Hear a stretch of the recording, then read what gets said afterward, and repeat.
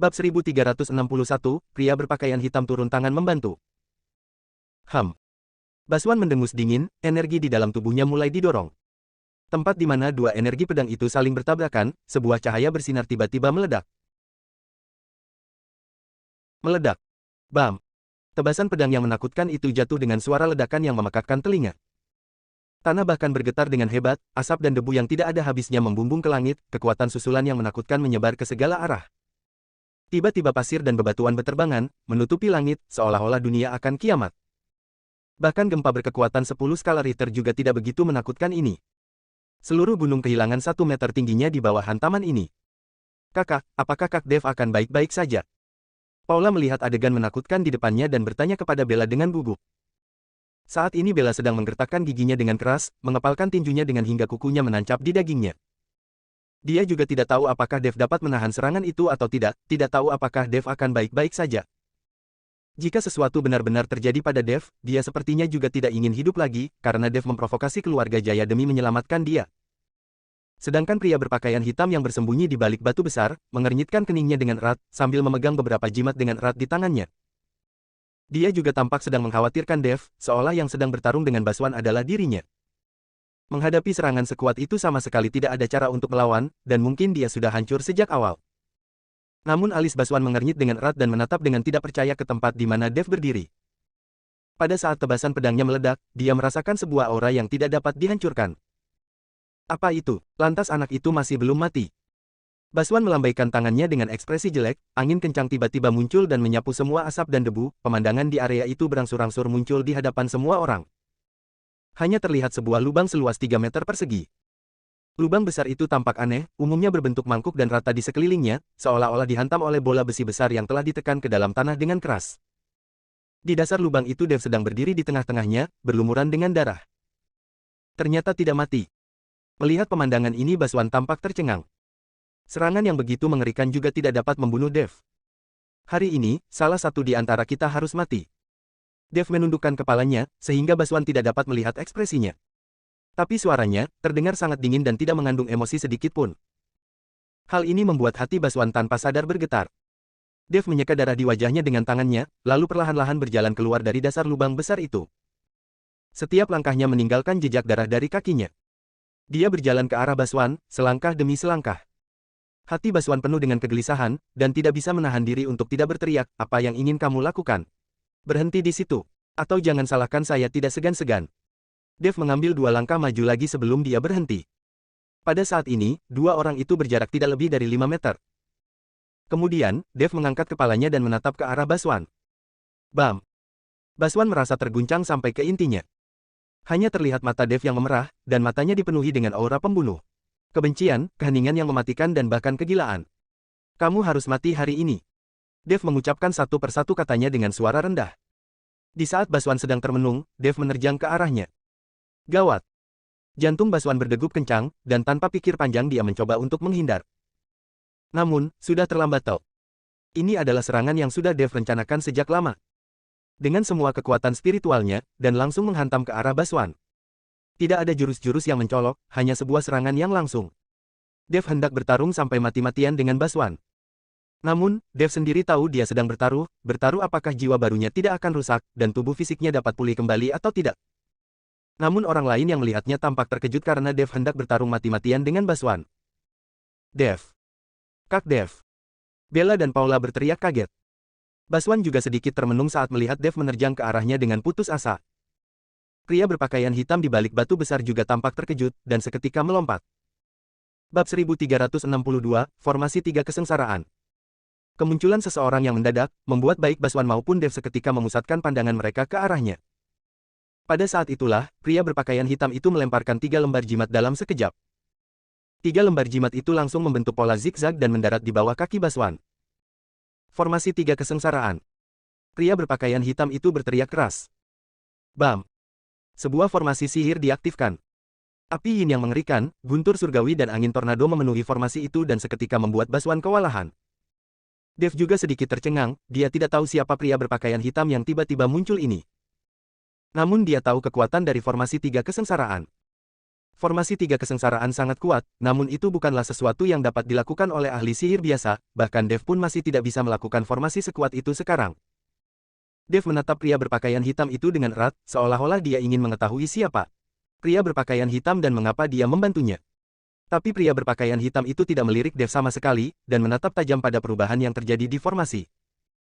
Dia tahu bahwa kekuatan Baswan terlalu kuat dan formasi tiga kesengsaraan mungkin tidak mampu membunuhnya. Bam! Di saat itu, sebuah cahaya pedang bersinar melesat ke langit dan formasi tiga kesengsaraan secara mengejutkan dihancurkan. Baswan terbebas dari formasi sihir itu dan raut wajahnya tampak sangat pucat, ada noda darah di sudut F mulutnya dan tatapan matanya menjadi kusam.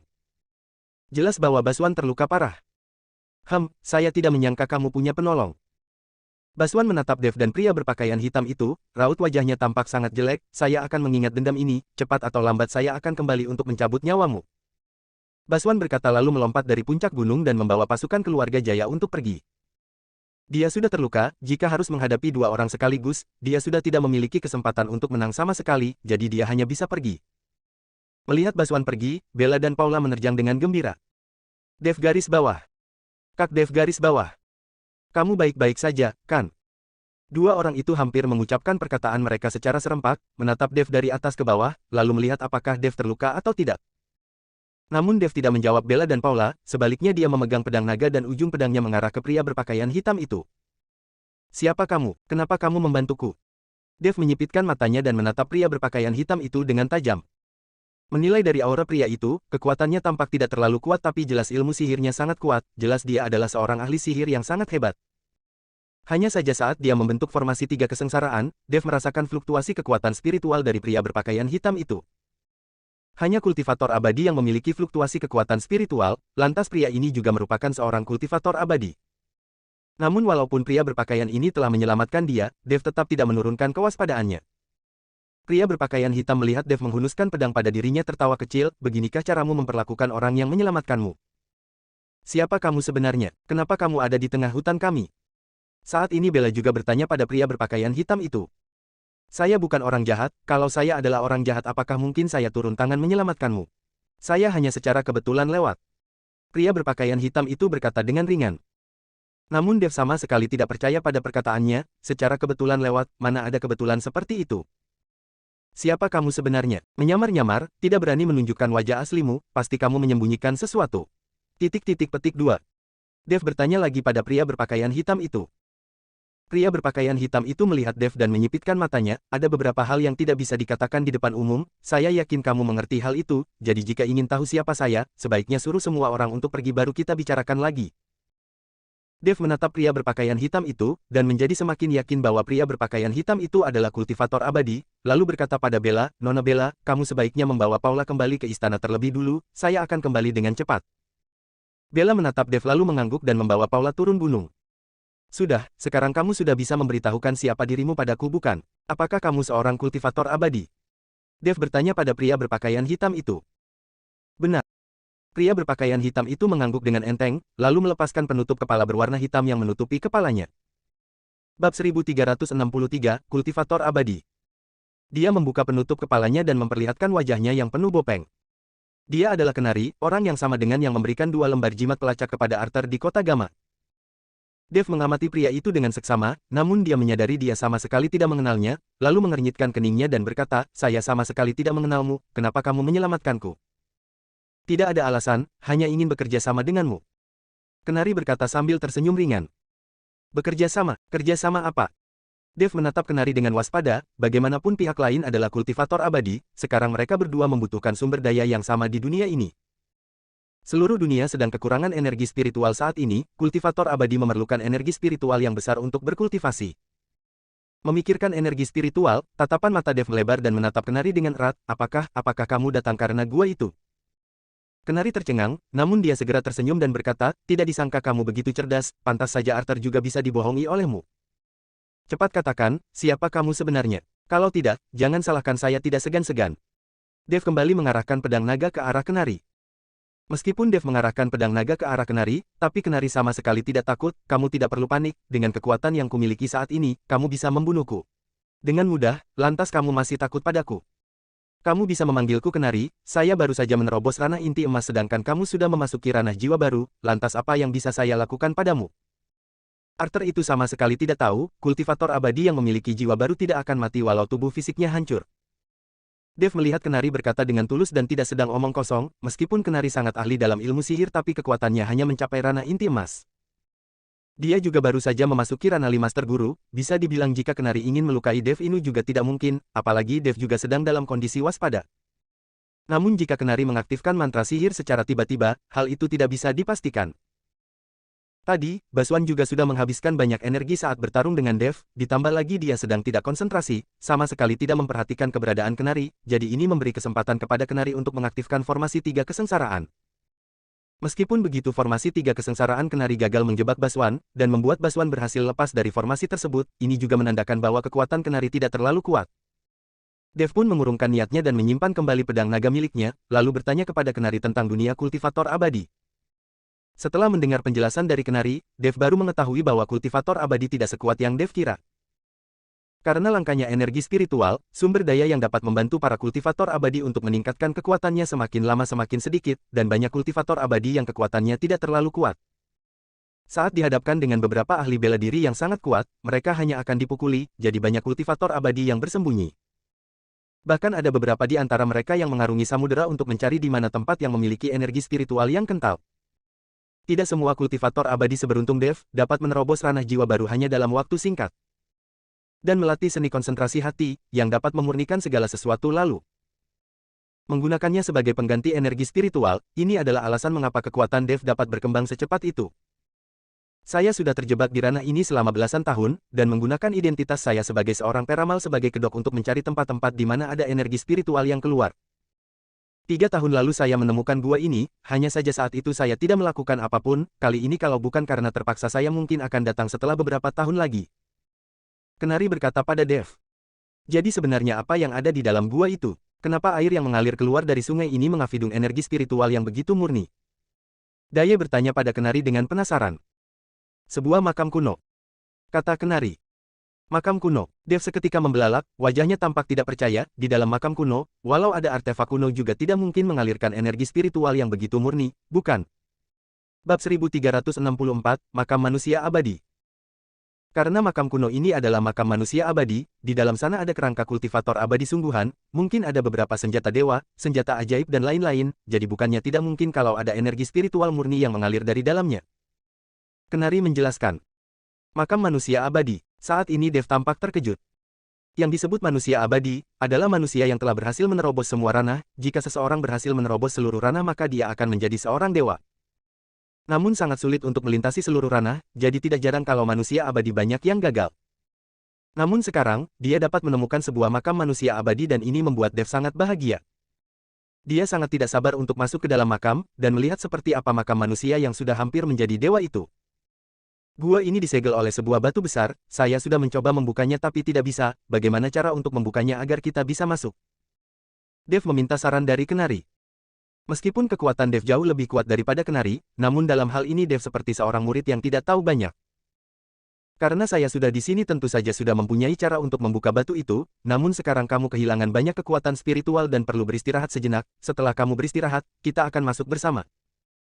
Di dalam sana sangat berbahaya, dengan adanya ahli yang memiliki jiwa baru sepertimu, saya juga merasa lebih tenang, namun untuk barang-barang yang ada di dalam kita akan membaginya masing-masing setengah. Kenari berkata pada Dev. Tidak masalah, setuju. Dev mengangguk dan mengulurkan tangan kanannya. Kenari tercengang lalu tersenyum asal, dan menjabat tangan Dev sebagai tanda mereka telah membentuk aliansi. Haha, kalau kamu ikut denganku, saya jamin kamu akan mendapatkan sumber daya yang tidak terbatas, kamu jangan lihat kekuatanku biasa-biasa saja, tapi dalam urusan menemukan gua dan menjelajahi makam, saya ini keturunan dari nenek moyang keluarga Umar. Kenari berkata dengan ekspresi bangga. Dev juga percaya dengan kekuatan Kenari, karena tempat ini disegel dengan bebatuan, Kenari bahkan belum masuk namun sudah mengetahui ada makam manusia abadi di dalamnya, ini menunjukkan bahwa keterampilannya dalam menjelajahi gua tidak rendah. Dev lalu mengikuti Kenari untuk turun dari gunung, setelah kembali ke Istana Lotus Merah, Bella sudah berpesan kepada seseorang untuk menyiapkan hidangan. Dia tahu setelah bertarung Dev pasti kehilangan banyak tenaga, jadi dia harus mengisi kembali tenaganya. Dev memperkenalkan Kenari kepada Bella dan Paula, Kenari juga tersenyum dan menyapa Bella serta Paula. Selain wajah kenari yang bopeng dan sedikit mengejutkan orang, namun dia sangat sopan saat berbicara dan berbincang. Baginda Bella, formasi pelindung Istana Lotus Merah kalian sudah rusak, nanti setelah makan, saya akan membuatkan kalian formasi yang baru. Kenari berkata pada Bella sambil makan. Kalau begitu, saya berterima kasih pada guru kenari. Bella berterima kasih dengan wajah gembira. Setelah makan, Kenari dan Dev berjalan menuju ke gerbang Istana Lotus Merah. Melihat Istana Lotus Merah yang ada di depannya, Kenari mengeluarkan beberapa lembar jimat lalu mulai melafalkan mantra. Kemudian sejumlah asap tampak mengepul dari jimat-jimat itu dan seluruh asap itu segera menyelimuti seluruh Istana Lotus Merah. Kenari meniup kertas jimat di tangannya dan kertas jimat itu seketika berubah menjadi abu. Saat asap itu perlahan-lahan menghilang, Dev terkejut saat menyadari Istana Lotus Merah yang ada di depan mereka sudah menghilang dari pandangan. Istana Lotus Merah yang begitu besar, menghilang di depan mereka begitu saja. Bella dan Paula ternganga karena terkejut. Sedangkan di sisi lain, Dev menatap Kenari dengan kekaguman, meskipun Dev juga dapat membuat formasi ilusi, tapi dia hanya bisa melakukannya pada area kecil. Dev tidak memiliki kekuatan untuk membuat formasi ilusi sebesar ini. Formasi ilusi sebesar ini memerlukan kekuatan mental yang sangat besar. Guru Kenari, bagaimana kami bisa masuk? Bella bertanya dengan kaget pada Kenari. Ini sangat mudah. Setelah selesai berkata, Kenari mengangkat tangannya dan menjentikannya di udara. Dengan 3 kali jentikan tangannya, Istana Lotus Merah muncul di hadapan beberapa orang itu. Formasi ilusi ini jauh lebih kuat daripada formasi yang dimiliki oleh Istana Lotus Merah sebelumnya. Bab 1365, Malapetaka Besar. Guru Kenari, terima kasih banyak, kamu tidak hanya menyelamatkan Dev, kamu juga sangat membantu Istana Lotus Merah, mohon terima hormat dari saya. Bella berkata dan hendak berlutut pada Kenari. Baginda Bella, kamu tidak boleh melakukannya, saya hanya membantu sedikit saja. Kenari bergegas menghentikan Bella. Nona Bella, kamu tidak perlu melakukan ini, karena dia sudah membantu kita, maka saya akan memberikan lebih banyak saat pembagian harta karun nanti. Dev berkata pada Bella. Pembagian harta karun, membagi harta karun apa? Bella tampak bingung. Dev dan Kenari saling menatap lalu kemudian tertawa terbahak-bahak. Baginda Bella, pada saatnya nanti biarkan Dev yang berterima kasih kepadaku saja. Kenari dan Dev tertawa lalu kembali berjalan masuk ke dalam Istana Lotus Merah.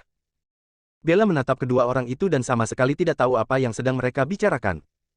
Dev, kamu anak ini pasti akan mendapat malapetaka besar di masa depan. Kenari berjalan sambil berkata pada Dev. Malapetaka besar, malapetaka apa? Lantas kamu benar-benar bisa meramal? Dev tercengang. Hahaha, kamu ditakdirkan untuk terjebak dalam masalah percintaan di masa depan, kamu tidak ingin menganiaya wanita manapun tapi tanpa sadar kamu selalu membuat wanita merasa sedih untukmu.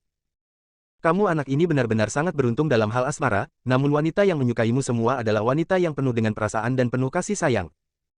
Kedepannya, pilihan seperti apa yang akan kamu buat, itu terserah padamu, namun sepertinya ini juga merupakan salah satu ujian bagimu. Kultivator abadi, harus meninggalkan 7 emosi dan 6 keinginan, untuk mencapai keabadian sedangkan kamu garis bawah. Hahaha. Kenari tertawa keras, lalu melangkah maju dengan cepat. Saya tidak pernah mengatakan saya mau menjadi dewa. Melihat punggung Kenari, Dev bergumam dalam hatinya. Keesokan harinya, setelah berpesan kepada Bella, Dev masuk ke dalam gua bersama dengan Kenari. Pada saat ini di dalam gua sudah terdapat banyak batu-batu, semua itu merupakan bekas reruntuhan akibat pertarungan Dev dan Baswan. Bagaimana cara kita membuka batu besar ini? Dev bertanya dengan cemas kepada Kenari. Tidak perlu cemas, duduk dan istirahat sebentar. Kenari mencari sebuah batu datar dan duduk di atasnya. Ini membuat Dev bertanya-tanya, jika tidak terburu-buru mengapa dia tidak beristirahat di luar gua dan malah masuk ke dalam gua untuk beristirahat. Dev mencari sebuah batu dan duduk sambil menyalakan sebatang rokok. Dia memberi 1 batang kepada Kenari, Kenari tidak mengambilnya lalu mengeluarkan pipa cerutu dari sakunya dan menghisapnya. Air sungai yang jernih terus mengalir keluar dari gua dan tidak berhenti menerpa pada batu-batu yang berjatuhan itu. Sekitar 10 menit berlalu, Kenari mengetuk pipa cerutunya lalu menyimpannya. Sudah waktunya mulai bekerja. Sambil berkata, Kenari mengeluarkan setumpuk kertas jimat lalu mulai menggambar sesuatu di atasnya, tidak lama kemudian seluruh bagian dalam gua itu sudah dipenuhi oleh kertas jimat. Saat hanya 1 lembar kertas jimat yang tersisa, Kenari menatap Dev. Pinjam darahmu sebentar. Kata Kenari. Meminjam darahku. Dev tampak bingung, namun dia tetap menggigit ujung jarinya dan darah segar mengalir keluar. Kenari menggunakan darah Dev untuk menggambar sebuah pola di atas kertas jimat, lalu kertas jimat terakhir itu ditempelkan di atas batu besar. Bruak. Saat jimat ditempelkan, seluruh gua mulai bergetar. Lalu, sebuah cahaya besar bersinar dan seluruh jimat memancarkan cahaya yang menyinari batu besar itu. Kertas jimat di atas batu besar itu mulai memancarkan warna merah darah, pola yang ada di atasnya langsung tersematkan ke dalam batu besar itu. Seluruh batu besar itu mulai bersinar dengan cahaya yang menyilaukan. Tutup matamu, jangan membuka matamu sebelum saya menyuruhmu membukanya. Kenari bergegas berkata pada Dev. Dev juga tidak ragu-ragu, dan segera menutup matanya. Tidak lama kemudian, guncangan itu menjadi semakin kuat dan Dev merasa tubuhnya terjatuh. Dengan cepat. Bab 1366, Pola Besar. Suara deru angin terdengar, dan membuat wajahnya yang diterpa oleh angin terasa sakit. Dev penasaran dan mencoba untuk membuka matanya namun Kenari mencengkeram pergelangan tangannya dan menghentikannya, jangan buka matamu. Mendengar peringatan dari Kenari, Dev menyimpan kembali rasa ingin tahunya. Entah setelah berapa lama, Dev merasa kakinya sudah menyentuh tanah dan suara angin di telinganya sudah menghilang. Sekarang kamu sudah boleh membuka matamu, kata Kenari. Dev perlahan-lahan membuka matanya, dan saat dia membuka matanya dia langsung tertegun. Saat dia membuka matanya, pemandangannya sudah berubah drastis, tampak gunung sungai, dan pepohonan hijau, seolah-olah dia sudah pergi ke tempat lain. Tempat, apa ini? Dev tampak kebingungan, dia sama sekali tidak percaya bahwa yang ada di depan matanya saat ini adalah sebuah makam kuno. Ini jelas adalah dunia, sebuah dunia yang berbeda. Kenari tidak menjawab pertanyaan Dev, dan segera memanjat gunung dan matanya menyapu sekeliling, pada saat ini raut wajah Kenari juga menunjukkan keterkejutan yang mendalam. Kenari tidak mengatakan apapun, Dev kembali bertanya padanya, ini adalah makam manusia abadi yang kamu katakan. Pola di sini tidak kecil ya? Kenari bergumam dengan kaget. Pola apa yang tidak kecil? Dev yang ada di samping bertanya dengan bingung. Meskipun Dev juga mengetahui sedikit keterampilan merampok makam dan menemukan gua, namun di sini keterampilannya benar-benar terbatas. Sekarang masih belum jelas apa pola yang ada di sini. Dan pemandangan seperti ini tidak mungkin ada hubungannya dengan sebuah makan. Kenari tersenyum ringan, sambil menunjuk dengan tangannya, coba kamu lihat ke sana. Gunung-gunung tumpang tindih di sini, jelas seseorang sengaja mengatur formasinya, menggunakan gunung sebagai sumber dan air sebagai pola. Gunung dan air saling bersinggungan, hanya sedikit orang yang dapat melakukan taktik semacam ini. Memindahkan gunung dan mengisi perairan, ilmu sihir seperti ini tidak dapat dilakukan oleh orang biasa. Sepertinya pemilik makam ini pasti merupakan seorang metafisika, kalau tidak dia pasti tidak akan bisa mengatur pola seperti ini, sepertinya kita bertemu dengan orang yang satu bidang kali ini. Tatapan mata Kenari berkilat dengan cahaya cemerlang. Dev melihat ke arah Kenari menunjuk, saat dia melihat dia baru merasakan keterkejutan, ini bukan pemandangan yang kecil, setelah Kenari memberi sedikit petunjuk kepadanya, Dev kemudian melihat beberapa petunjuk lainnya. Sesaat kemudian, Kenari tiba-tiba menghela nafasnya, sayang sekali lanskap ini sudah terlalu lama berada di tempat ini, dan kekuatan langit dan bumi yang ada di tempat ini sudah berangsur-angsur menjadi tumpul. Sepertinya ini akan segera menghilang, kalau bukan karena kekuatan dari lanskap ini, tidak akan ada masalah untuk membantu kultivasi kita menjadi manusia abadi. Tapi walau kekuatan langit dan bumi sudah berangsur-angsur menghilang, Dev masih dapat merasakan energi spiritual yang murni terus-menerus mengalir ke dalam tubuhnya. Ayo, kita cari keberadaan makam itu. Dev berkata dan mulai berjalan ke depan. Dev mengikuti Kenari dari belakang dan pemandangan yang mengejutkan seperti ini membuat hati Dev senang sekaligus takut. Untuk dapat mendirikan makam seperti itu, bagaimana mungkin tidak ada roh spiritual yang melindungi makam itu? Jadi, Dev tidak tahu apa yang akan dihadapi olehnya setelah ini. Menghadapi semua yang ada di hadapannya, Dev baru menyadari betapa kecilnya kemampuannya saat ini. Dev mengikuti Kenari berjalan selama hampir setengah jam, sambil berjalan dia menggerakkan seni konsentrasi hatinya, menyerap energi spiritual murni yang ada di sekelilingnya. Pada saat ini mereka berdua sudah berjalan cukup jauh ke dalam gunung, ini juga berkat kekuatan lanskap yang berangsur-angsur hilang. Kalau tidak, walau berjalan di sini selama 1 tahun, seseorang mungkin tidak akan dapat merasakan arah timur barat utara atau selatan. Tiba-tiba, Kenari menghentikan langkahnya dan tatapan matanya tertuju pada puncak gunung ada di depannya, seharusnya ada di depan sana. Dev tercengang dan menatap ke arah puncak gunung itu. Terlihat sebuah puncak gunung di kejauhan, yang telah dibelah di bagian tengahnya oleh seseorang dan membentuk sebuah altar dengan 4 sisi, menghadap ke arah tepat di mana ada pegunungan di sekelilingnya, di atas altar itu terasa sunyi dan menakutkan. Bab 1367, Siapa Kamu? Tempat yang begitu menakjubkan, tersembunyi entah selama berapa tahun dan belum pernah ditemukan oleh manusia, Dev tidak tahu apakah mereka termasuk beruntung atau tidak. Ayo, kita lihat ke sana, Kenari berkata dengan sedikit tidak sabar. Tidak lama kemudian mereka berdua tiba di tempat yang mirip dengan sebuah altar. Hanya terlihat di depan altar ini terdapat sebuah tablet batu raksasa, di atasnya terukir sebuah kalimat, saya, yang selalu berdiri di atas gundukan pedang. Hanya satu kalimat ini yang berada di depan pintu masuk, seolah-olah memang sengaja diukir agar orang yang datang setelahnya bisa membacanya. Dev berdiri di depan tablet batu itu sambil menatap satu kalimat itu dan pandangannya perlahan-lahan kehilangan fokusnya.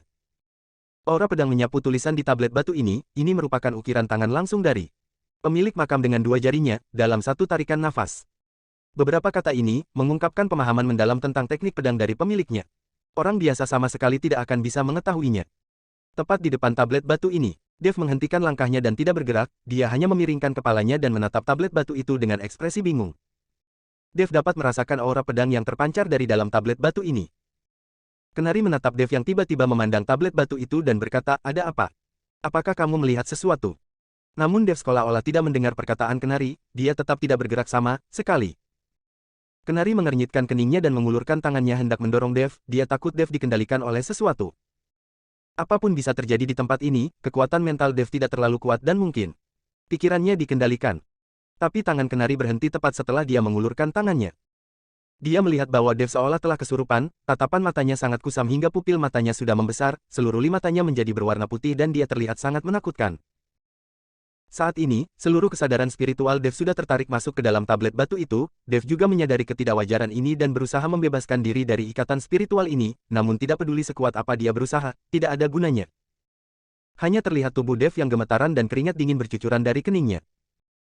Raut wajah Kenari berubah menjadi sangat jelek, dia bergegas mengeluarkan sebuah jimat lalu menggigit jarinya dan menggambar sesuatu di atas kertas jimat itu. Sedangkan Dev saat ini telah memasuki dunia lain, semua pemandangan yang ada di depan matanya sudah berubah total. Di mana ini? Di mana ini? Dev berteriak dengan putus asa namun tidak ada orang yang menjawabnya. Dev melihat dunia yang kelabu di depannya dan dia sendiri berdiri di atas sebuah batu besar. Saat dunia di depannya menjadi lebih jelas, Dev terkejut menemukan bahwa di depannya ada mayat di mana-mana. Terlihat jutaan mayat serta aura darah yang memenuhi langit, energi spiritual yang menakutkan.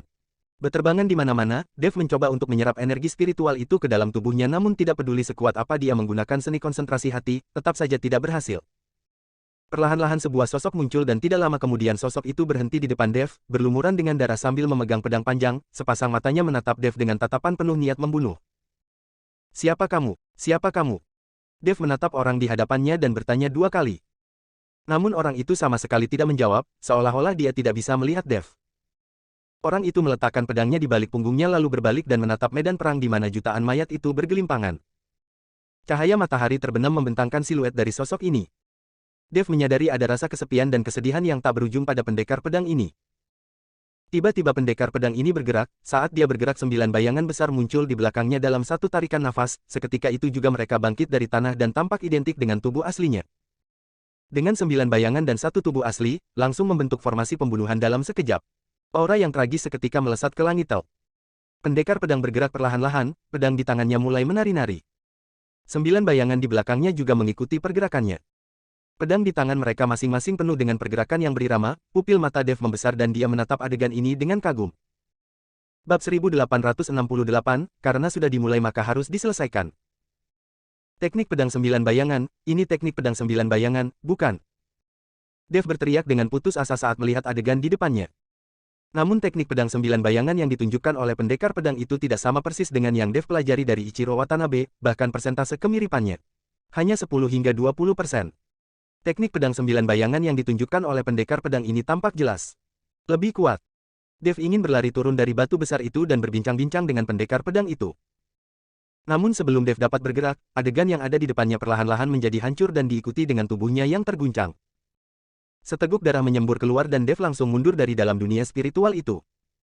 "Dev, apa kamu baik-baik saja?" Raut wajah Kenari tampak pucat, dan sebuah kertas jimat tampak menempel pada kening Dev. "Apa yang terjadi di sini?" Dev mengernyitkan keningnya, dia seolah baru saja bermimpi namun terasa nyata. "Kekuatan mentalmu terlalu lemah, mungkin kamu terjebak dalam ilusi yang terpasang di tempat ini, jika saya tidak menarikmu keluar mungkin kamu akan terjebak seumur hidup. Kamu tidak boleh menyentuh apapun lagi secara sembarangan setelah ini, jangan melihat-lihat juga, ini terlalu menakutkan." Kenari memperingatkan Dev. Namun Dev seolah-olah tidak mendengar peringatan dari Kenari, dan masih memikirkan adegan yang baru dia lihat tadi, karena adegan tadi sangat singkat, hanya beberapa detik Dev masih belum melihat semuanya dengan jelas, dan sudah ditarik keluar oleh Kenari. "Tidak, saya harus masuk dan memeriksanya lagi." Jantung Dev berdegup kencang saat dia teringat akan teknik pedang 9 bayangan yang baru saja diperagakan oleh pendekar pedang itu.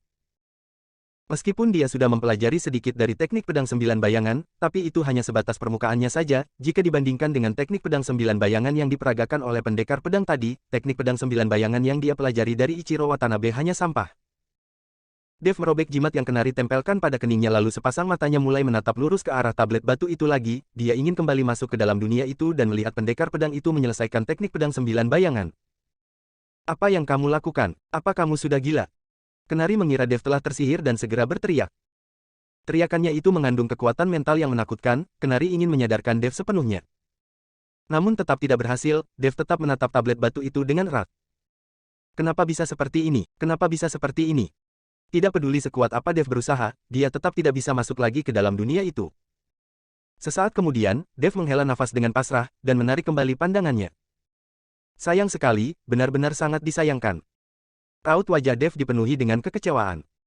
Kenari menatap Dev dengan bingung, tidak mengerti apa yang terjadi pada Dev dan apa yang sangat disayangkan olehnya.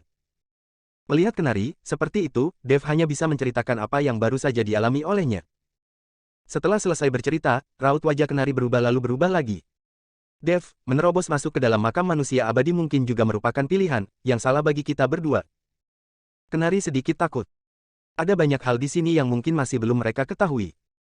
Karena sudah datang, maka kita harus masuk untuk melihat-lihat, karena sudah dimulai maka harus diselesaikan. Dev tersenyum ringan. Masalah sudah mencapai titik ini, sudah tidak ada jalan untuk kembali. Kenari mengangguk lalu membawa Dev menuju altar di mana makam yang sebenarnya berada.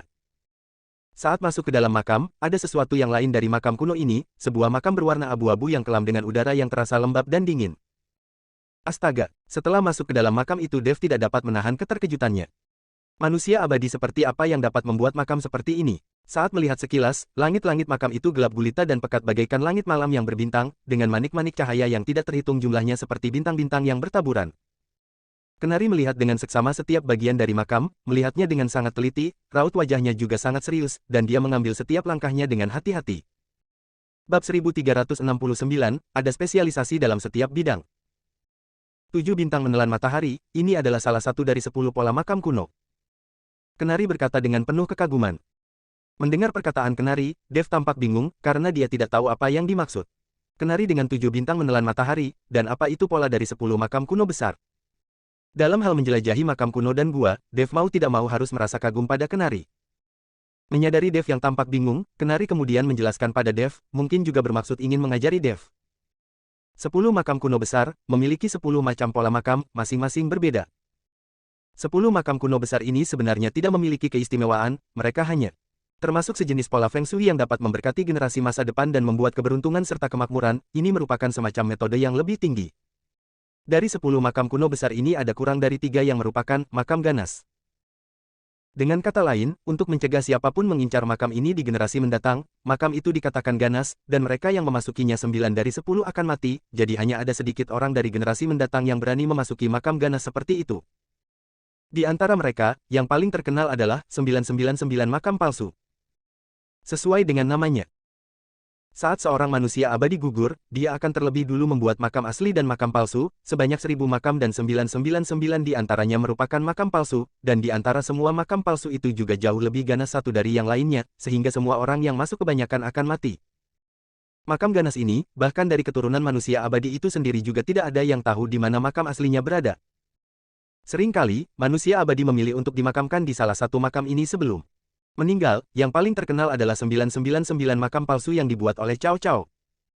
Biasanya setelah makam palsu seperti itu dibuat, orang lain tidak perlu berpikir bahwa mereka dapat masuk ke dalam makam itu lagi. Itu hampir mustahil. Tidak ada persyaratan khusus untuk membuat 10 makam kuno besar, hanya saja statusnya harus cukup tinggi untuk dimakamkan sebagai manusia abadi, tapi di dunia ini ada berapa banyak manusia abadi yang telah gugur dan berapa banyak makam manusia abadi yang benar-benar ada. Tapi di sini, ada satu dan telah ditemukan oleh Dev dan yang lainnya. Mendengar perkataan Kenari, wajah Dev dipenuhi dengan ketidakpercayaan, dia memiringkan kepalanya dan melihat ke ketinggian, di atas makam ini memang ada matahari, bulan dan bintang-bintang, di sekitar matahari yang diukir ini juga terdapat 7 mutiara yang menyilaukan.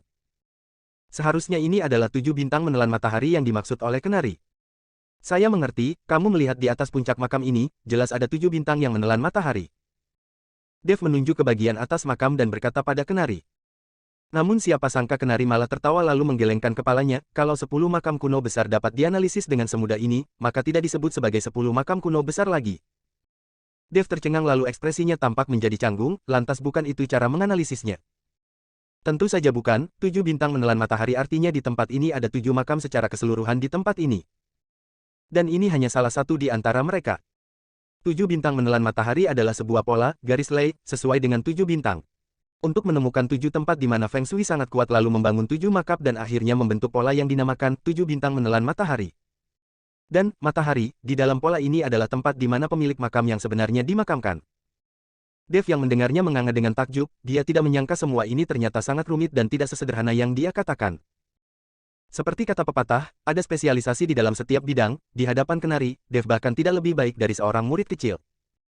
Jadi di makam manusia abadi ini, apakah merupakan makam asli dari pemilik makam sebenarnya? Dev bertanya dengan penasaran.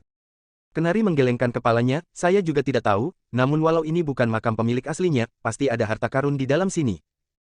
Mendengar perkataan Kenari, Dev baru merasa lega dan dia tidak datang kemari dengan sia-sia. Kenari menuntun Dev masuk lebih dalam ke dalam makam. Setelah berjalan untuk sesaat, Kenari memperhatikan dengan hati-hati lagi. Bab 1370, berharap keberuntungan akan lebih baik. Makam kuno yang kita temukan ini seharusnya hanya salah satu dari 7 bintang.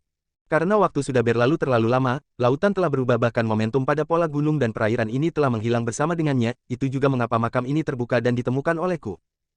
Kenari berkata pada Dev. Dev hanya bisa menghela nafas, bahkan makam palsu ini juga dibangun dengan begitu spektakuler dan megah, benar-benar sangat luar biasa. Karena ini adalah makam palsu, seharusnya tidak ada bahaya, bukan? Ayo kita masuk dan lihat ada harta karun apa, lalu langsung bawa pergi saja. Dev bertanya pada Kenari. Namun Kenari kembali menggelengkan kepalanya, di dalam makam ini ada 7 pola, perhatikan dengan baik, di antara 7 pola ini hanya satu yang merupakan tempat penyimpanan harta karun yang sebenarnya di dalam makam ini. Apa, begitu merepotkan? Dev tampak kaget. Makam ini dibangun dengan pola 7 bintang menelan matahari, tapi tidak disangka di dalam makam kuno ini masih ada pola semacam ini, seperti permainan capit boneka yang tidak ada habisnya. Sekarang kita hanya perlu meluangkan waktu untuk mencari dan berharap keberuntungan kita sedikit lebih baik. Kata Kenari. Jadi, apakah kamu bisa menemukan 6 makam lainnya? Tanya Dev. Kenari terdiam sejenak lalu berkata, untuk 6 makam lainnya, walau pola gunung dan air ini tidak menghilang, saya juga akan sangat sulit menemukannya, kecuali jika ada seorang ahli yang lebih mahir daripada saya. Dev tidak mengatakan apapun lagi, dia belum pernah bertemu dengan ahli yang lebih hebat daripada Kenari di bidang penjelajahan gua dan makam kuno, bahkan Herman Umar yang paling terkenal di kota Gama juga tidak lebih baik daripada Kenari. Dev mengikuti Kenari berjalan jauh lebih dalam, bagian dalam dari makam kuno ini sangat besar dan ada sesuatu yang lain di dalamnya. Rasanya seperti gua di dalam gua, dengan sebuah dunia kecil lainnya di dalam. Setelah berjalan selama belasan menit, Dev dan Kenari tiba di depan sebuah perairan. Air di sini berwarna hitam pekat dan tidak dapat melihat apa yang ada di dalam air. Di tengah-tengah perairan itu terlihat sebuah pulau kecil. Melihat dari tempat di mana mereka berdiri, terlihat sebuah pohon kecil berwarna hijau yang tumbuh di atas pulau itu. Pohon hijau muda itu memiliki cabang-cabang yang sangat sempit, dari atas hingga ke bawah dipenuhi dengan warna hijau zamrud. Cabang pohon itu tidak terlalu tinggi, hanya sekitar 1 meter tapi cabang berwarna hijau zamrud ini bagaikan karya seni yang sangat indah. Dari kejauhan, dapat tercium aroma dari pohon hijau muda itu, sebuah wangi yang samar-samar. Ini seperti sebuah kolam air mati yang sunyi, tidak ada yang tahu apa yang tersembunyi di bawah permukaan air yang hitam pekat ini. Rumput hijau daun. Saat melihat pohon hijau yang sepertinya diselimuti oleh kekuatan misterius dan tersembunyi secara samar di atas pulau kecil itu, raut wajah Kenari tampak dipenuhi dengan keterkejutan. Ini adalah rumput spiritual kelas atas yang disebut rumput hijau daun. Dapat dilihat bahwa pohon ini ditanam oleh pemilik makam kuno itu di sini, dan di bawah akar pohon ini bahkan terdapat area tanah spiritual yang dangkal. Rumput spiritual ini umumnya tidak akan mampu bertahan di atas tanah biasa. Tanah spiritual seperti ini berwarna hijau pucat dan berbentuk butiran, seperti pasir hijau yang paling bersih. Dan satu area kecil tanah spiritual itu sebenarnya sangat berharga. Bahkan sebutir tanah spiritual jauh lebih berharga daripada satu butir emas. Namun sayangnya, saat ini tidak banyak orang yang pernah melihat barang-barang seperti itu lagi. Barang bagus. Nafas Dev menjadi terengah-engah, saat pertama kali dia melihatnya, Dev sudah tahu bahwa itu adalah harta karun. Dari jarak ratusan meter Dev dapat merasakan energi spiritual yang terpancar dari rumput hijau daun, energi spiritual yang bebas dari segala hal duniawi, dan paling murni seperti ini adalah harta karun yang tidak ternilai bagi Dev. Saya akan pergi dan mengambilnya. Tubuh Dev melompat dan langsung menuju ke rumput hijau daun itu. Jangan gegabah, hati-hati garis bawah.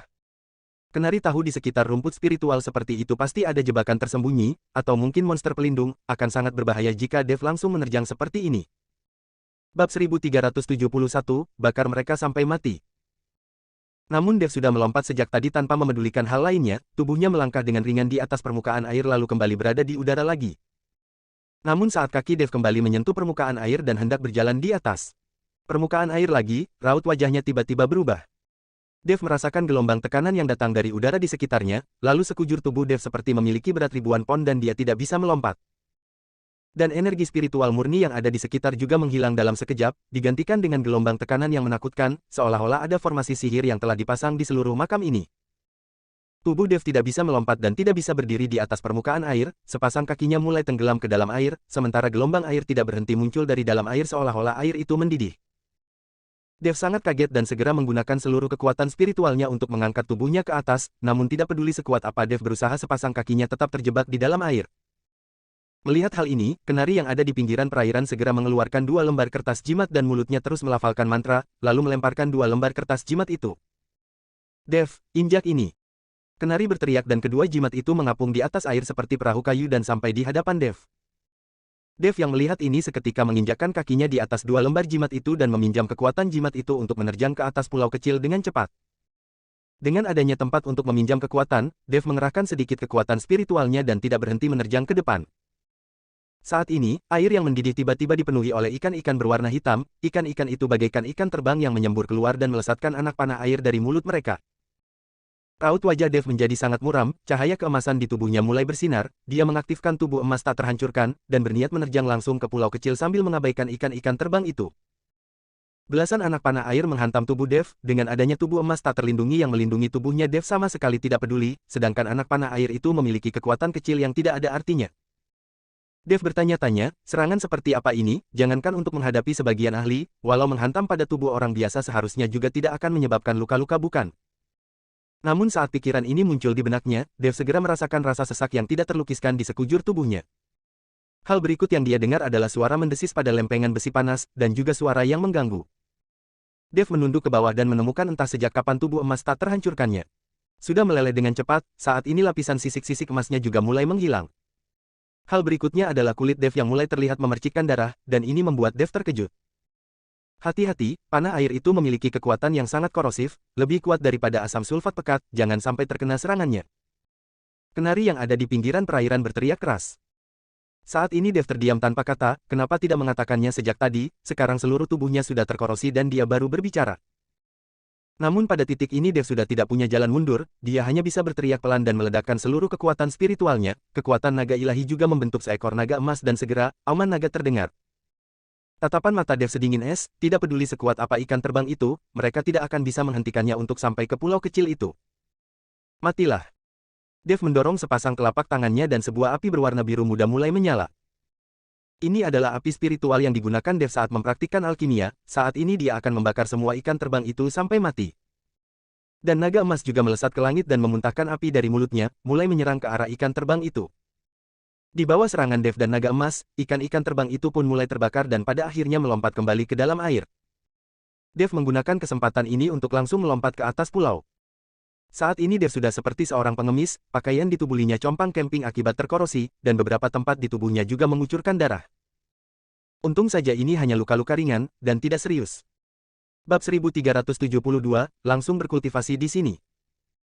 Dev tiba di atas pulau dan melihat rumput hijau daun itu dengan penuh semangat. Dev berjalan mendekat dengan hati-hati, takut akan ada jebakan tersembunyi atau semacamnya. Saat dia semakin dekat dengan rumput hijau daun, dia merasakan energi spiritual yang murni itu semakin kental. Saat ini Dev merasa sekujur tubuhnya sedang berada di dalam pemandian air panas dan sangat nyaman. Di saat Dev mengulurkan tangannya dan hendak memetik rumput hijau daun, kenari berteriak, "Jangan sentuh." Dev tercengang dan menatap kenari dengan bingung.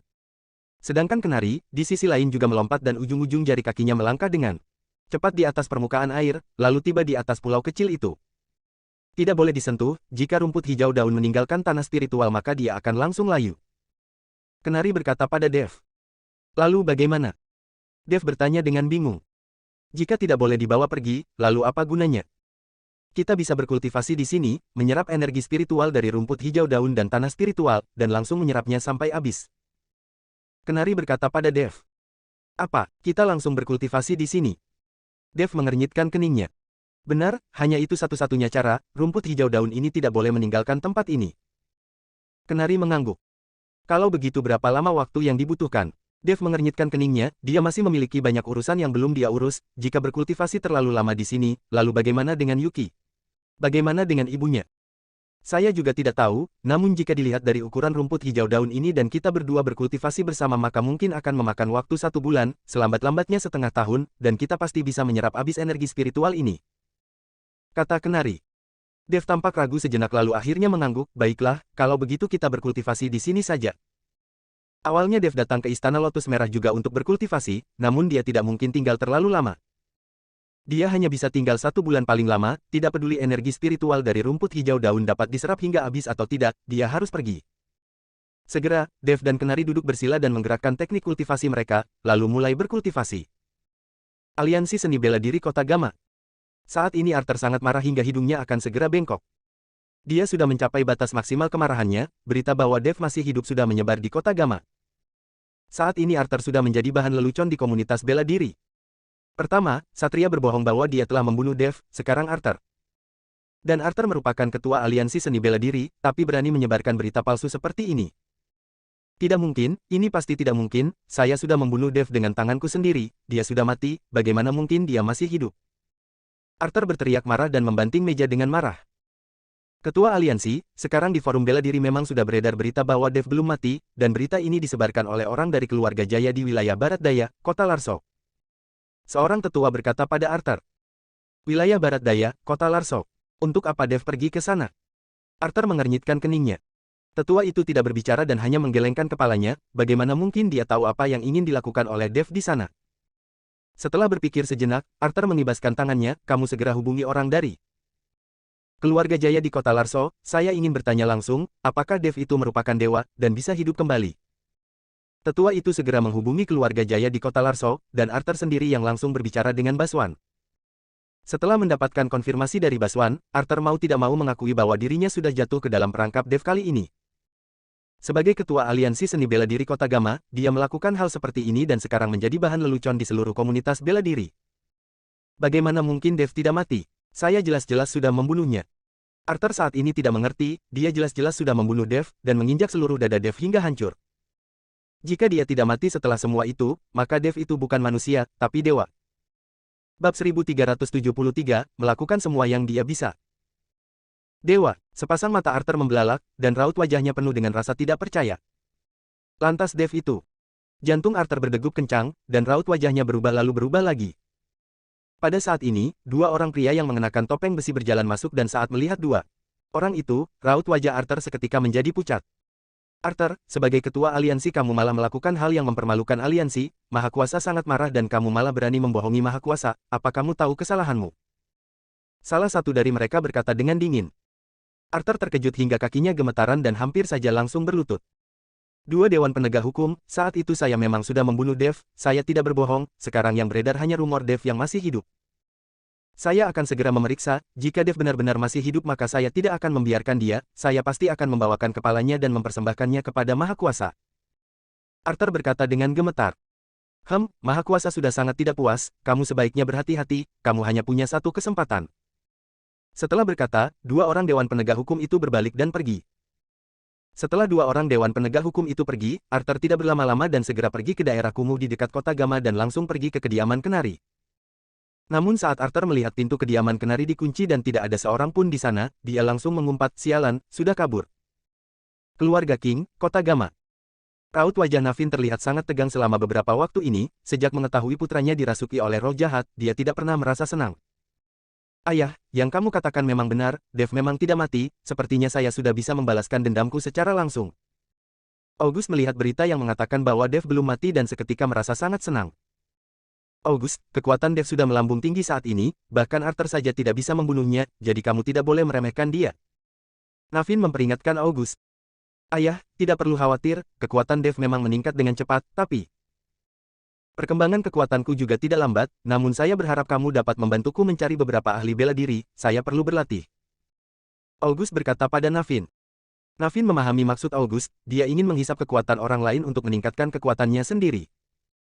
Tapi tempat seperti Kota Gama ini jika August menyerap kekuatan para ahli bela diri secara terang-terangan maka itu akan menarik perhatian Tuan Graham. Selain itu, tidak lama ini baru saja diadakan pertemuan dan Tuan Graham secara khusus menyampaikan hal ini. Namun August ingin membalas dendam, dan satu-satunya cara adalah dengan menyerap kekuatan orang lain, jika tidak, dia tidak perlu berpikir untuk dapat membunuh Dev. Baik, kita tidak boleh terburu-buru, saya akan mencari cara untuk memfasilitasi pelatihanmu, setelah kamu tiba di tempat pelatihan, kamu bisa melakukan apa saja yang kamu inginkan. Navin berkata dengan ringan. Kalau begitu terima kasih banyak, ayahku yang tercinta. Hahaha. August tertawa keras dan pergi. Sedangkan Navin menunjukkan ekspresi yang sangat jelek, untuk memfasilitasi pelatihan, aliansi seni bela diri pasti tidak akan menawarkan tempat pelatihan dan tempat itu harus disponsori oleh keluarga King. Dan tempat pelatihan itu harus cukup menarik, semua ini merupakan sumber daya keluarga King. Jika harus dikeluarkan begitu saja, Navin merasa tidak rela. Namun demi putranya sendiri, dia juga tidak mempunyai cara lain, sekarang dia hanya dapat melakukan semua yang dia bisa. Navin bangkit berdiri dan menghubungi keluarga-keluarga lainnya, jika ingin menyelenggarakan pelatihan maka dia memerlukan bantuan dari keluarga lainnya. Dan ini juga membutuhkan persetujuan dari aliansi seni bela diri, lalu diserahkan untuk mendapatkan persetujuan dari Tuan Graham, sebuah proses yang sangat rumit. Yang paling penting, Navin juga tidak boleh membiarkan orang-orang yang terlalu penting untuk berpartisipasi, jika semuanya merupakan orang penting. Dan semuanya mati di tempat pelatihan maka itu pasti akan menimbulkan keresahan. Bahkan mungkin saja orang akan mencurigai keluarga King, jadi baik tempat, dan peserta harus dipikirkan secara matang oleh Navin. Saat ini Navin merasa kepalanya akan segera meledak. Bab 1374, Kompensasi. Di dalam makam manusia abadi. 3 hari telah berlalu, Kenari menatap Dev dengan tidak berdaya, dia menyadari dia sama sekali tidak dapat berkultivasi saat dia sedang bersama dengan Dev. Sekujur tubuh Dev seperti mesin penghisap tenaga yang besar, menyerap seluruh energi spiritual ke dalam tubuhnya. Baru 3 hari berlalu dan rumput hijau daun sudah layu bahkan tanah spiritual di atasnya telah berubah menjadi berwarna hitam coklat, tidak menyisakan sedikit pun energi spiritual lagi.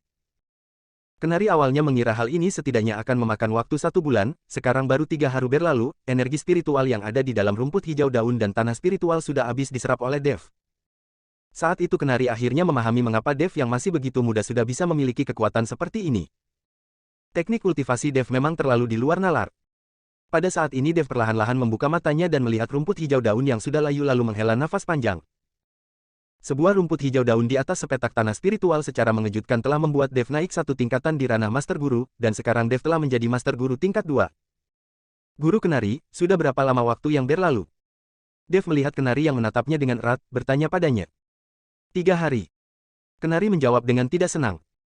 3 hari. Dev tidak menyangka energi spiritual di dalam rumput hijau daun ini sudah habis, bukankah kamu mengatakan paling tidak membutuhkan 1 bulan? Jika kultivator abadi biasa, memang membutuhkan waktu 1 bulan, tapi teknik kultivasi apa yang kamu pelajari? Benar-benar di luar nalar sekali bukan? Seperti mesin pompa yang menyerap habis seluruh energi spiritual ke dalam tubuhmu, saya sama sekali tidak mendapatkan sedikit pun. Kenari berteriak pada Dev. Dev yang mendengarnya seketika merasa sangat malu. Maaf, saya juga tidak terlalu memikirkannya, nanti setelah keluar saya akan memberi beberapa bahan obat padamu, sebagai kompensasi. Dev tersenyum dengan canggung. Tidak perlu menunggu sampai keluar, nanti jika bertemu dengan harta karun, saya ingin bagianku lebih banyak. Kata Kenari. Masih ada harta karun. Dev terkejut, lantas rumput hijau daun ini tidak termasuk harta karun. Bukankah ini sebuah makam palsu? Apakah masih ada harta karun?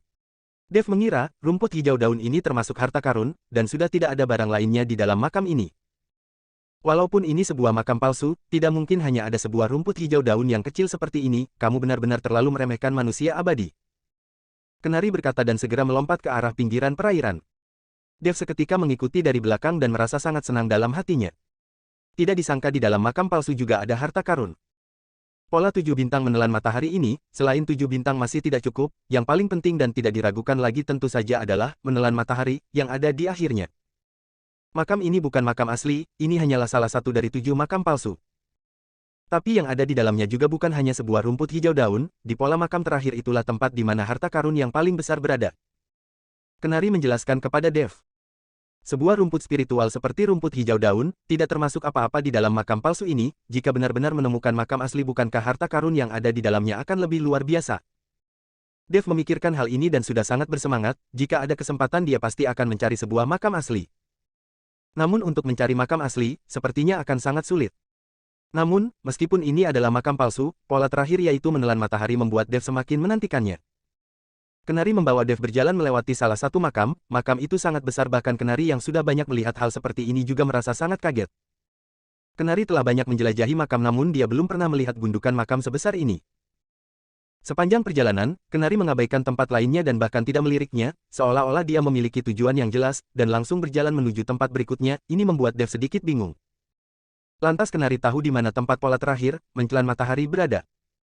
Bab 1375, Harta Karun Tersembunyi. Kamu mau membawaku kemana? Di sini seperti labirin. Dev tidak bisa menahan diri dan bertanya pada Kenari. Kamu ikuti saja saya. Kenari berkata lalu mengeluarkan sebuah kompas yang ukurannya sebesar telapak tangan, lalu meneteskan setetes darah di atasnya. Segera, kompas itu bergerak dengan liar dan jarumnya berputar dengan cepat hingga akhirnya berhenti di suatu arah. Kenari lalu berjalan mengikuti arah kompas itu. Dev yang melihat ini hanya bisa berjalan mengikuti dari belakang dan menyebarkan kesadaran spiritualnya, penuh dengan kewaspadaan. Dalam satu tarikan nafas, mereka melewati 6 hingga 7 gua batu dan pada akhirnya tiba di sebuah area. Saat ini pupil mata Dev sedikit menyusut. Tepat di depannya, ada sebuah pintu masuk yang jelas-jelas memiliki kekuatan terlarang yang sangat besar. Melihat pintu masuk ini, tatapan mata Kenari memancarkan cahaya cemerlang, dia berkata. Dengan suara pelan, seharusnya ini tempatnya. Sudah menemukan tempatnya? Dev bertanya dengan penuh semangat. Kenari mengangguk, tempat ini seharusnya adalah tempat dari pola menelan matahari. Mendengar perkataan Kenari, Dev mengepalkan tangannya dengan erat dan dia merasa sangat bersemangat. Ayo, kita masuk. Dapat menemukan makam seperti ini membuat Dev merasa sangat gembira di dalam hatinya. Dia tidak tahu harta karun seperti apa yang dapat dia temukan di sini, tapi di saat bersamaan dia juga tidak tahu bahaya apa yang sedang menunggunya. Di dalam makam seperti ini tidak mungkin tidak ada formasi terlarang. Namun dihadapkan dengan harta karun, pasti akan jauh lebih kuat daripada rumput hijau daun. Kenari mengangguk dan berjalan masuk terlebih dulu, dia meminta Dev untuk tetap berada di belakangnya dan jangan bergerak sembarangan. Setelah memasuki gua batu, Kenari membalikkan telapak tangannya, tidak tergesa-gesa, dan melihat dengan lebih jelas pola 7 bintang menelan matahari itu, dan yang terakhir ini memang adalah matahari. Sebuah gua yang cukup megah diapit oleh balok-balok yang diukir, altar para dewa yang belum pernah mereka temui sebelumnya. Deretan altar dewa ini berbaris dengan lurus hingga ke puncaknya yang paling spektakuler. 99 anak tangga dari batu giok, di puncak tangga giok itu terdapat sebuah kursi dari batu giok putih. Sisanya, kosong melompong, tidak ada apapun. Ini adalah sebuah tahta raja, yang diselimuti oleh kekuatan terlarang yang sangat kuat, orang yang tidak memiliki kekuatan sama sekali tidak bisa naik ke atas sana. Jalan menuju ke tahta itu juga tampak tidak mudah dilalui oleh orang yang memiliki kekuatan. Ini, tidak ada apa-apa di sini. Di mana harta karunnya? Dev melihat sekelilingnya dan bertanya dengan sedikit kecewa. Namun sepasang mata Kenari membelalak lebar dan menatap erat ke arah kursi itu. 7 bintang menelan matahari, makam manusia abadi, di atas kursi itu pasti ada harta karun tersembunyi. Suara Kenari begitu bersemangat hingga terdengar sedikit gemetar. Kenari seolah telah kehilangan akal saatnya saat ini, matanya bersinar dengan terang dan langsung berlari menuju kursi itu. Namun saat dia baru mengambil langkah pertama di tangga itu, tubuh Kenari langsung tersentak dan sebuah kekuatan yang menakutkan langsung menekannya. Hati Kenari tenggelam dan segera mengeluarkan sebuah jimat dan menggambar di atasnya. Mantra angin kingan. Kenari menempelkan jimat itu pada tubuhnya sendiri dan saat ini tubuh Kenari menjadi lebih ringan daripada sebelumnya, dan tekanan yang menakutkan itu pun menghilang. Kenari melangkah ke atas dengan cepat, namun baru melangkah beberapa langkah kekuatan yang menakutkan itu kembali menekannya. Kenari lengah dan langsung terjatuh menumpu pada satu lututnya oleh tekanan itu, dan membuat retakan di anak tangga itu. Sementara jimat di tubuh Kenari seketika terbakar dan langsung berubah menjadi abu. Kenari hanya merasakan beban ribuan pon di tubuhnya dan dia tidak bisa berdiri. Namun Kenari menggertakkan giginya dengan keras dan bangkit berdiri, pada akhirnya dia berhasil mengambil satu langkah lagi. Namun dengan satu langkah itu, sebuah kekuatan yang menakutkan kembali menghantamnya dan Kenari kehilangan kestabilannya, membuat dia seketika terhempas oleh kekuatan yang menakutkan itu. Tubuh Kenari menabrak tanah dengan keras, untung saja tidak terlalu tinggi dan Kenari memuntahkan seteguk darah segar saat menghantam tanah. Bab 1376, tidak ada apapun. Guru Kenari. Dev melangkah maju dan memapah Kenari untuk berdiri. Ini kekuatan terlarang yang sangat menakutkan garis bawah. Raut wajah Kenari menjadi sangat jelek. Kamu istirahat saja dulu, saya yang akan mencoba naik ke atas. Dev berkata dan hendak berjalan ke arah tangga itu. Kenari segera menghentikan Dev, lalu menempelkan selembar jimat pada tubuh Dev. Kamu harus berhati-hati, semakin ke atas kekuatan terlarang itu semakin kuat, jika tidak sanggup, turun saja. Tidak peduli betapa pentingnya harta karun itu, bertahan hidup tetap yang paling penting. Kenari memperingatkan Dev. Dev mengangguk dengan ekspresi muram, lalu menarik nafas dalam-dalam dan melangkahkan kakinya ke atas. Cahaya keemasan bersinar di tubuh Dev, dia mengaktifkan tubuh emas tak terhancurkan untuk menahan tekanan dari kekuatan yang menakutkan itu. Dengan peningkatan kekuatan Dev, tubuh emas tak terhancurkan miliknya juga memancarkan cahaya keemasan yang lebih terang dan menyilaukan. Kenari menatap Dev dengan gugup dan bertanya-tanya di mana batas akhir dari kekuatan Davel. Dev memiliki selembar jimat yang melekat pada tubuhnya ditambah dengan daya tahan dari tubuh emas tak terhancurkan, jadi Dev dapat berjalan dengan mudah dan cepat di awal. Pada akhirnya, kecepatan Dev semakin cepat seolah-olah kekuatan terlarang itu tidak berpengaruh pada Dev. Siluman, benar-benar seorang siluman. Kenari menghela nafas saat melihat punggung Dev. Namun saat Dev sudah setengah jalan, kecepatannya menaiki anak tangga itu mulai menurun. Sepasang kakinya mulai bergetar dan keningnya mulai dipenuhi dengan keringat dingin, membuatnya sangat sulit untuk berjalan. Bam! Tiba-tiba, jimat di tubuh Dev terbakar dan berubah menjadi abu. Sedangkan Dev menggertakkan giginya dan tetap melangkahkan kakinya. Langkah ke-60, langkah ke-70. Punggung Dev membungkuk dan setiap langkahnya meninggalkan jejak kaki yang dalam di atas anak tangga. Pada saat ini Dev merasa seperti ada sebuah gunung besar yang menekannya dan membuat dia terengah-engah. Namun Dev tetap tidak berhenti, dia tetap bertahan dan menggerakkan giginya untuk bertahan. Langkah ke-80, langkah ke-90. Cahaya keemasan pada tubuh Dev meredup. Tubuh emas tak terhancurkan juga sudah hancur dan menghilang, meninggalkan tubuh fisik Dev yang penuh dengan otot-otot yang tegang bertahan melawan tekanan yang sangat besar ini. Hanya tersisa 9 anak tangga terakhir, tapi Dev merasa sekujur tubuhnya akan segera meledak karena tekanan ini.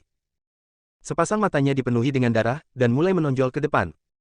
Keringat di kulitnya mulai berubah menjadi berwarna merah, dan bercampur dengan darah. Saat ini Dev gemetar dengan hebat, setiap langkah yang dia ambil seolah akan menghabiskan separuh nyawanya. Dev, jika tidak bisa maka turunlah. Kenari yang melihat ini segera berteriak pada Dev. Namun Dev seolah tidak mendengarnya dan menggertakkan giginya terus melangkah naik ke atas. Darah segar mulai mengalir ke tanah, meninggalkan jejak darah yang panjang di belakang Davel. Ah! Langkah terakhir diambil dan Dev merasa darah di sekujur tubuhnya mendidih, pembuluh darahnya juga hampir pecah. Dengan raungan keras, Dev mengerahkan seluruh kekuatan spiritual di dalam tubuhnya. Dan tiba-tiba Dev menerjang ke depan lalu langsung jatuh ke puncak dari anak tangga itu. Dalam sekejap semua tekanan itu menghilang, dan otot-otot di tubuh Dev mulai berkontraksi dengan cepat karena tekanan yang menghilang secara mendadak itu. Dev terengah-engah sambil berbaring di atas. Beberapa saat kemudian, Dev baru perlahan-lahan bangkit berdiri, melihat ke arah kursi giok putih dan menemukan 2 ekor naga yang diukir di atas kursi tersebut, selain itu tidak ada yang lain. Dan kursi ini juga menyatu dengan tangga, jadi tidak mungkin untuk membawanya pergi. Dev, apa ada harta karun di atas sana? Melihat Dev sudah bangkit berdiri, Kenari segera bertanya dengan keras pada Dev. Dev menggelengkan kepalanya, tidak ada apapun, hanya ada kursi ini saja. Tidak mungkin, ini jelas-jelas merupakan jalur terakhir, seharusnya ada harta karun. Kenari mengernyitkan keningnya dan berpikir keras. Sedangkan Dev membelai kursi giok putih itu dengan lembut lalu duduk di atasnya dengan penasaran. Bam! Begitu Dev duduk di atasnya, aliran cahaya yang menakutkan tiba-tiba turun dari langit dan menyelimuti Dev dalam sekejap. Bab 1377, menyatu. Tidak lama kemudian, tubuh Dev bergetar, keringat mengucur deras dari tubuhnya seperti hujan, lalu sepasang matanya terpejam, wajahnya membiru dan tubuhnya tidak berhenti gemetaran. Sedangkan Kenari yang berada di bawah dan melihat Dev seperti itu merasa sangat panik dalam hatinya, sekarang Dev terbungkus oleh aliran cahaya yang membuatnya terlihat seperti seorang raja, dan membuat orang-orang ingin menyembahnya. Tidak lama kemudian, tubuh Dev berhenti bergerak, dan sekujur tubuhnya diselimuti oleh kabut. Perlahan-lahan, sebuah adegan yang familiar muncul. Dev menyadari di hadapannya kembali terlihat sosok dari pendekar pedang dengan pedang di punggungnya, dan bau darah yang kental juga mengalir ke arah Dev. Dev merasa sangat senang, saat itu dia baru melihat sekilas dan Kenari sudah menariknya keluar, sekarang Dev harus melihatnya dengan jelas. Hanya terlihat pendekar pedang yang menghunuskan pedangnya secara perlahan-lahan, dan diikuti dengan 9 bayangan yang muncul. Adegan berikutnya membuat Dev sangat terkejut. Dia melihat pendekar pedang ini menghunuskan pedangnya dan bertarung dengan 9 bayangannya sendiri. Dan pertarungannya sangat sengit, dia sama sekali tidak berbelas kasihan. Dev menatap pemandangan di depannya dengan erat, dia tidak mengerti apa yang terjadi di sini. Segera, 9 bayangan itu semuanya mati di tangan pendekar pedang. Hal ini membuat Dev benar-benar tercengang, dia tidak mengerti kenapa pendekar pedang itu melakukan ini. Namun saat Dev tidak tahu harus berbuat apa, pendekar pedang itu tiba-tiba menoleh perlahan ke arahnya. Sepasang matanya menatap Dev dengan erat tanpa ekspresi. Dev melihat ke kiri dan ke kanan, menyadari dia tidak melihat apapun di sampingnya, itu artinya pendekar pedang itu sedang melihat dirinya. Kamu dapat melihatku. Jave bertanya kepada pendekar pedang itu dengan ekspresi terkejut. Namun pendekar pedang itu tidak mengatakan apapun, dan tubuh Dev mengalami sedikit bergerakan saat itu. Dev tidak mengeluarkan pedang naga tapi pedang naga terbang keluar dari ubuhnya pada saat itu juga. Pedang naga yang terbakar dengan api yang membara melayang di udara dan mengeluarkan suara dengungan. Pendekar pedang itu juga melemparkan pedang di tangannya ke udara dan dua pedang itu saling bertemu di udara. Tidak lama kemudian, kedua pedang itu mulai menyatu dan pada akhirnya berubah menjadi sebuah pedang. Api yang berkobar di pedang naga menghilang, digantikan dengan cahaya abu-abu yang berkilauan. Di saat kedua pedang itu menyatu, sosok pendekar pedang itu juga tiba-tiba menghilang. Sekolah dia tidak pernah ada di sana. Dan pedang naga kembali ke hadapan Dev. Dev meraih pedang naga dengan satu tangannya. Di saat Dev meraih pedang naga, informasi ilmu pedang yang tidak terhitung jumlahnya mengalir ke arah Dev dan langsung masuk ke dalam otak Dev. Ah! Dev tiba-tiba jatuh dari tempat duduknya ke tanah, sepasang tangannya memegangi kepalanya dengan erat dan merasa sangat kesakitan, seolah-olah seluruh kepalanya akan pecah. Kenari yang melihat itu segera berlari menuju ke tangga. Namun, saat dia tiba di depan tangga, dia menyadari bahwa tekanan dari kekuatan terlarang itu sudah menghilang. Kenari segera menerjang ke puncak anak tangga. Saat ini Dev terlihat sangat pucat, keningnya dipenuhi dengan keringat dan setelah semua informasi tampak telah diberikan kepadanya, Dev baru perlahan-lahan menjadi tenang. Dev, apa yang terjadi padamu? Kenari bergegas menarik Dev berdiri. Dev berhasil berdiri dengan bantuan Kenari, namun saat ini dia masih merasakan sakit kepala. Yang sangat hebat, hanya saja tidak separah tadi. Saya tidak apa-apa. Dev menggelengkan kepalanya dan menyuntikkan kesadaran spiritualnya ke dalam pedang naga. Dev baru menyadari bahwa ada roh pedang di dalam pedang naga, meskipun roh pedang itu belum terbentuk tapi jika dibudidayakan secara perlahan-lahan, maka pedang naga akan berubah menjadi senjata spiritual. Meskipun pedang naga sudah menyatu dengan tubuh Dev untuk waktu yang lama, dan dapat terhubung satu sama lain, namun pedang naga sama sekali tidak memiliki pikirannya sendiri. Sekarang sudah ada roh pedang di dalam pedang naga, dan setelah roh itu tumbuh maka pedang naga akan memiliki pikirannya sendiri. Ini sama saja dengan memiliki seorang penolong di sisi Dev setiap saat. Dev menggelengkan kepalanya dan menyuntikkan kesadaran spiritualnya ke dalam pedang naga. Dev baru menyadari bahwa ada roh pedang di dalam pedang naga, meskipun roh pedang itu belum terbentuk tapi jika dibudidayakan secara perlahan-lahan, maka pedang naga akan berubah menjadi senjata spiritual. Meskipun pedang naga sudah menyatu dengan tubuh Dev untuk waktu yang lama, dan dapat terhubung satu sama lain, namun pedang naga sama sekali tidak memiliki pikirannya sendiri. Sekarang sudah ada roh pedang di dalam pedang naga, dan setelah roh itu tumbuh maka pedang naga akan memiliki pikirannya sendiri.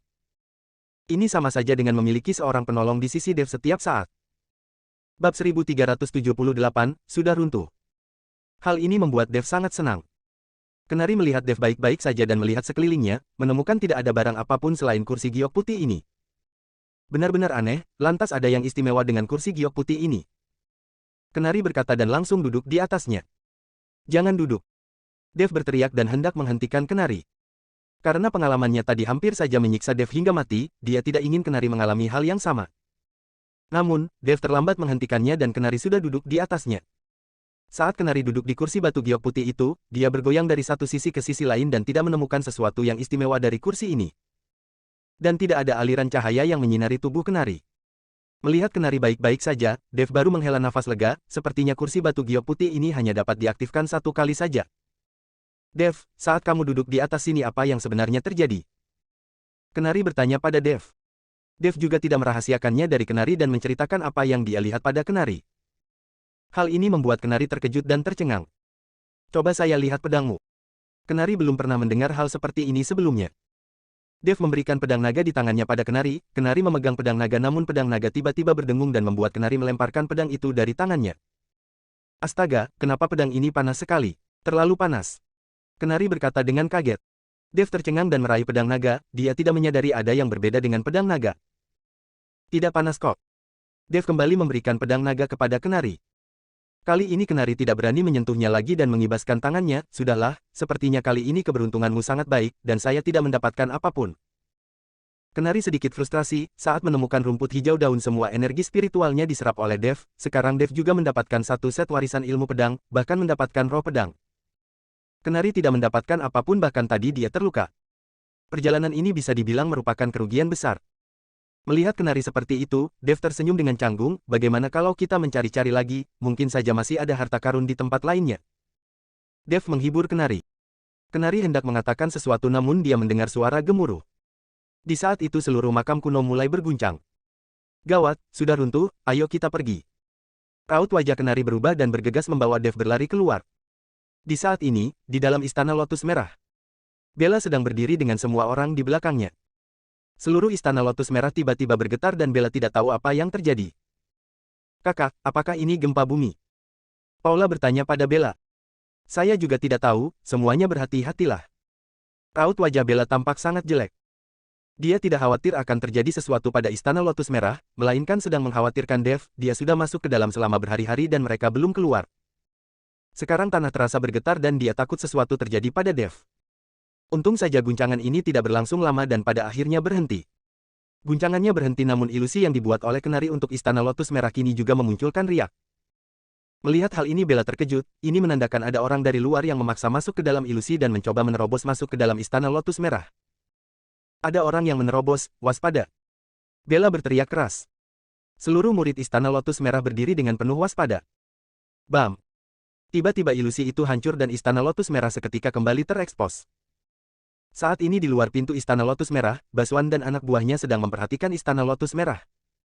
Terakhir kali bertarung dengan Dev, Baswan tiba-tiba diserang secara mendadak dan mengalami cedera, ini membuat dia sangat marah. Sekarang setelah memulihkan lukanya, Baswan kembali datang untuk membalas dendam pada Dev. Bab 1379, terlalu gila. Melihat Baswan yang ada di depannya, raut wajah Bella berubah menjadi seputih kertas. Orang-orang di Istana Lotus Merah juga menunjukkan perubahan ekspresi yang drastis. Sementara Paula bersembunyi di belakang Bella. Di mana Dev? Suruh dia keluar, termasuk orang yang menyerangku secara diam-diam itu, suruh mereka keluar bersama.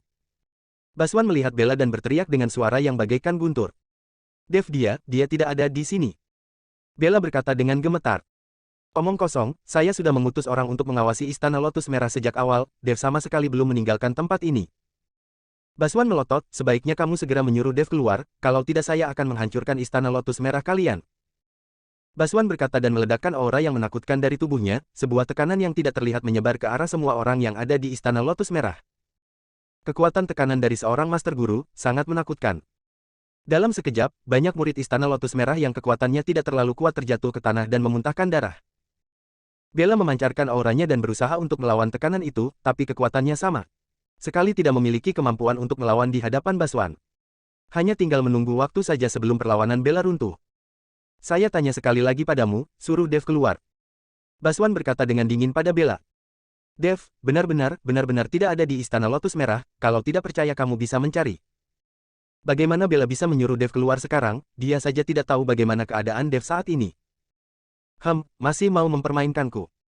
Baswan mendengus dingin dan sosoknya melintas ke hadapan Bella dalam sekejap. Dia mengulurkan tangannya dan langsung mencekik Bella, membuat Bella langsung merasa sesak dan wajahnya memerah. Lepaskan kakakku. Paula yang melihat itu juga tidak tahu mendapatkan keberanian dari mana dan langsung melayangkan tamparannya pada Baswan. Tatapan Baswan dilintasi kilatan dingin, dia mengulurkan tangannya dan langsung membuat Paula terhempas oleh pukulannya. Paula memuntahkan seteguk darah dan jatuh ke lantai. Paula! Bella yang melihat itu segera berteriak keras. Baswan melihat Bella begitu menyayangi adiknya, melepaskan dia dan melambaikan tangannya, sebuah kekuatan hisap yang besar langsung membuat Paula berada di dalam cengkramannya. Bella, sebaiknya kamu menyuruh Dev keluar dengan patuh, kalau tidak saya tidak akan menjamin apa yang akan terjadi pada adikmu. Baswan berkata lalu mendekatkan tubuhnya dengan keras dan mengendus-endus leher Paula. Hal ini membuat Paula sangat ketakutan. Dia hanya bisa meronta-ronta dengan putus asa dan menangis tidak berdaya. Jangan.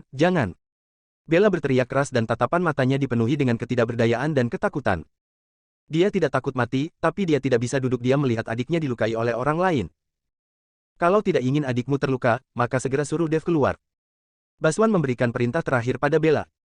Bella menangis dengan tidak berdaya, menutupi wajahnya dengan kedua tangannya saat ini dia tidak tahu apa yang harus dia lakukan. Dia juga tidak tahu harus mencari Dev kemana. Di saat Bella sedang tidak berdaya, tiba-tiba sebuah tangan besar memegang pundaknya dengan lembut. Bella terkejut dan diikuti dengan sebuah perasaan yang tidak asing lagi. Bella mengangkat kepalanya dan menemukan Dev sedang menatapnya dengan ekspresi yang menenangkan. Dev. Bella langsung merasa mendapatkan kembali dukungannya dan menjatuhkan diri pada pelukan Dev. Dev membelai rambut Bella dengan lembut dan menghiburnya. Dev, akhirnya kamu sudah berani keluar. Melihat Dev, sepasang mata Baswan dipenuhi dengan niat membunuh. Lepaskan Paula, kalau tidak saya akan membuat hidupmu lebih buruk daripada kematian. Dev menatap Baswan dan berkata dengan dingin.